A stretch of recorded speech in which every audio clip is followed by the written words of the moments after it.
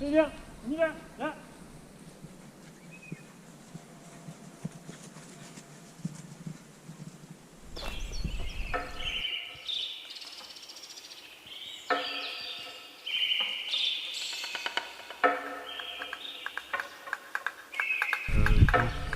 La ferme écologique de Gorce, c'est une ferme qui existe depuis très très longtemps. Les écrits qu'on a, c'est du XVIIe siècle. Donc moi, c'est Pierre-Antoine Ravour. J'ai repris la ferme à mon nom, mais dans un projet familial avec ma femme Sophie Latapi. On a repris ça en janvier 2017. Notre objectif, c'est de transformer tout doucement le système pour essayer d'avoir une ferme qui à la base était plutôt une ferme bio avec 80 limousines en système broutard, à une ferme de 45 vaches Hereford, 40 vaches Hereford en système bœuf et génisse engraissés à l'herbe toute l'année. Je m'appelle Germont Éric, je suis paysan bio sur la commune de Chabanais. Installé depuis 1990, donc 10 ans conventionnel, 84 vaches, 60 hectares, 2,4 UGB par hectare. Aujourd'hui, j'ai changé un peu mon système, donc je suis en bio, 65 hectares, 34 vaches et autonomie à 100%. Donc j'essaye de tout produire, je produis mes semences paysannes, je fais du pâturage tournant 9 mois sur 12. J'ai planté des haies depuis 20 ans, pas mal, donc ça permet d'avoir quelques arbres fourragers. Et puis je gagne ma vie comme ça, tranquillement. Ouais.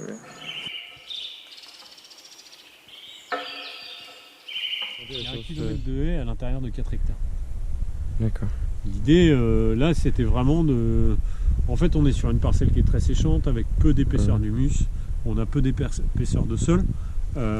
Et elle est proche des bâtiments. C'est une parcelle en fait, on arrive à y aller l'hiver, mais l'été c'est très séchant, il n'y a quasiment rien qui pousse. Notre objectif en fait, c'est qu'en plantant des haies sur l'axe est-ouest, on voit bien aujourd'hui, c'est que le soleil va venir taper sur la haie, on va gagner de l'ombrage, et en gagnant avec cet ombrage là, on va baisser la température au sol. L'idée c'est qu'à terme, on puisse avoir de l'herbe plus tard en saison, notamment au mois de juillet, au mois d'août, essayer de gagner peut-être 10-15 jours d'alimentation, enfin de nourriture pour les bêtes. C'est toujours 15 jours que j'aurais pas à faire du foin et à nourrir les bêtes en plus. J'ai planté pas mal de haies, donc j'en suis à 5 km là, depuis 20 ans. Et après j'ai planté parallèlement aussi quelques arbres fruitiers, 2 ou 3 arbres fruitiers tous les ans. Et donc fin 2019, là, donc, je vais planter un verger de 50 plants, donc, pour faire de l'autoconsommation. Et puis après, deuxième projet, c'est 2020 ou 2021, refaire un maillage bocager, c'est-à-dire que toutes les 2 parcelles, j'aurai une haie, ce qui fait que j'aurai au maximum entre 2 et 3 hectares par parcelle, pour pouvoir vraiment finir le bocage. Et après, ce sera mon dernier grand projet, et tout le bocage aurait été refait et repositionné toute l'année. Donc il y a différents rôles, la haie va jouer différents rôles pour la biodiversité, pour le paysage et pour l'eau. Quelquefois on nous appelle, ben oui, moi mon objectif ce serait d'avoir une haie brise-vent, donc on va créer une haie brise-vent, effectivement avec différentes strates, mais ce qu'il faut bien avoir à l'esprit, c'est que derrière cette haie, elle va aussi jouer un rôle pour la biodiversité, elle va aussi jouer un rôle pour l'épuration des eaux de surface, elle va aussi jouer un rôle pour le paysage par exemple. Donc nous, après on appelle ça la multifonctionnalité de la haie, c'est-à-dire qu'effectivement il y a peut-être un objectif qui nous intéresse le plus, mais par contre derrière il y a tout un tas de rôles qui sont à la fois collectifs et privés qui vont être intéressants pour l'implantation de ces arbres. Aujourd'hui, bon, ma haie elle a plusieurs fonctions, c'est-à-dire que j'ai mes acacias que je fais manger des feuilles l'été, ça me fait des piquets, et après tous les arbres morts, tout ça, ou les branches, ça me fait du bois chauffage, parce que je me chauffe que au bois, donc la haie, j'utilise toute la haie. Et puis quand il y a eu la tempête, on a fait abattre pas mal d'arbres, on a fait couper pas mal d'arbres qui étaient par terre. Donc l'hangar qui est derrière en face de moi là, il a été construit uniquement avec le bois qui était sur la ferme. Donc j'ai fait scier les poteaux et les planches, ce qui fait que je suis en autonomie. Et dans les années à venir, il pourra être vendu du bois d'œuvre. Après j'utiliserai le bois de chauffage, donc toute la haie sera utilisée en totalité. L'idée c'est vraiment d'avoir de l'ombrage pour qu'elle puisse aussi se mettre là, et là par exemple cette année 2019 on a eu des soucis de finition des animaux pendant la période de sécheresse, parce qu'il faisait trop chaud et les animaux ne s'alimentaient pas correctement. Ah, mais c'est vrai que ce qui est important, c'est aussi, et c'est là que c'est le plus difficile, c'est de mesurer ce que va rapporter financièrement la haie. Alors, on est sur le secteur d'élevage, donc c'est important. Là, on peut mesurer ce que va rapporter la haie, parce que quand les animaux sont protégés des intempéries, de la chaleur, du froid, automatiquement, ils vont perdre moins d'énergie, ce qui fait qu'il y a une meilleure productivité à la bête. Dans les gros forêts comme ça, parfois j'y retrouve des veaux qui vont se mettre dedans parce qu'il fait un peu froid, parce qu'il y a beaucoup de vent. Et ben, là, cette année, on va faire le parc d'hiver dans ce champ-là. Je suis sûr que mes veaux, je les retrouverai là-bas. Il y a un petit talus, il y a un fourré. Ils se mettront là-bas pour se protéger du vent et de la pluie.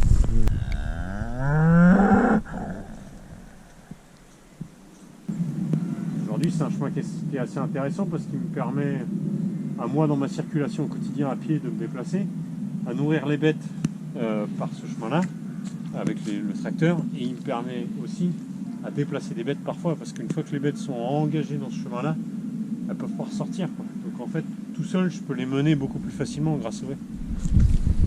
Là, il passe la tête. Après, là, c'est le dos. On voit bien, il n'y a pas d'herbe. Ça doit être marrant parce que ça...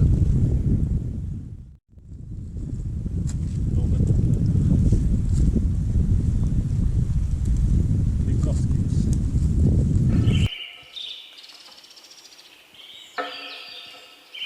Le CIVAM de Charente-Limousine, on fait des formations pour les agriculteurs, notamment sur la thématique des haies et de toutes les plantations qu'on peut faire, donc y compris en agroforesterie, avec des projets hyper intéressants, notamment de 3 à 4 ans. Des agriculteurs qui plantent 1 km, 2 km sur leur exploitation. Nous, on essaie de les accompagner, de les envoyer aussi vers des acteurs du territoire, donc qui peuvent être Promet, par exemple, l'association Promet, et puis de trouver les financements pour qu'ils puissent planter. Et on réfléchit aussi pour voir quelles sont les essences qu'on peut planter sur du long terme, notamment avec le changement climatique. On travaille avec l'INRA, avec une conférence donc, sur l'automne de 2019. Et puis un projet peut-être à plus long terme sur quelles sont les essences qu'on peut planter en Charente-Limousine et quelles sont du coup en lien avec l'élevage, quelles sont les semences que l'on peut aussi semer sur les prairies. Donc c'est un ensemble pour pouvoir favoriser le pâturage et l'élevage en Charente-Limousine.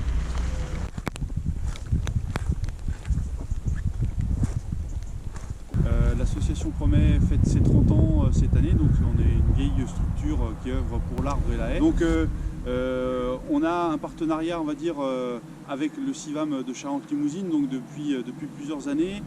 Donc c'est intéressant pour nous d'avoir des relais qui sont des relais de territoire comme le CIVAM parce qu'ils sont sur un petit groupe d'agriculteurs. Là, ce qui est intéressant, c'est qu'on a un lien fort avec le CIVAM parce qu'ils sont acteurs de mettre l'arbre au centre de l'exploitation agricole. Et donc les agriculteurs, eux aussi, sont en demande de ça. L'idée, c'est même plus de planter au droit, on a planté en suivant les lignes de courbe. Enfin, on va planter en suivant les lignes de courbe, j'ai déjà fait les traces, et ça va changer complètement le design du paysage, parce que le paysage, au lieu d'être au carré, comme on a nos clôtures, etc., là, on va avoir des lignes d'arbres qui vont suivre en fait le dénivelé. On est sur un changement de paradigme dans l'approche du bocage, tel qu'on le voit aujourd'hui. Donc maintenir les linéaires de haies en place, leur permettre de se développer, de monter, et brancher sans être trop gourmand. Enfin voilà, tout ça c'est des équilibres qu'on essaye de garder pour maintenir. On préfère que ce soit plutôt beau et un peu moins fonctionnel pour le matériel, mais si c'est beau, ça a plus de sens. Et un peu moins fonctionnel pour le matériel, c'est pas très grave, compte tenu du fait qu'on fait très peu de tracteurs sur la ferme.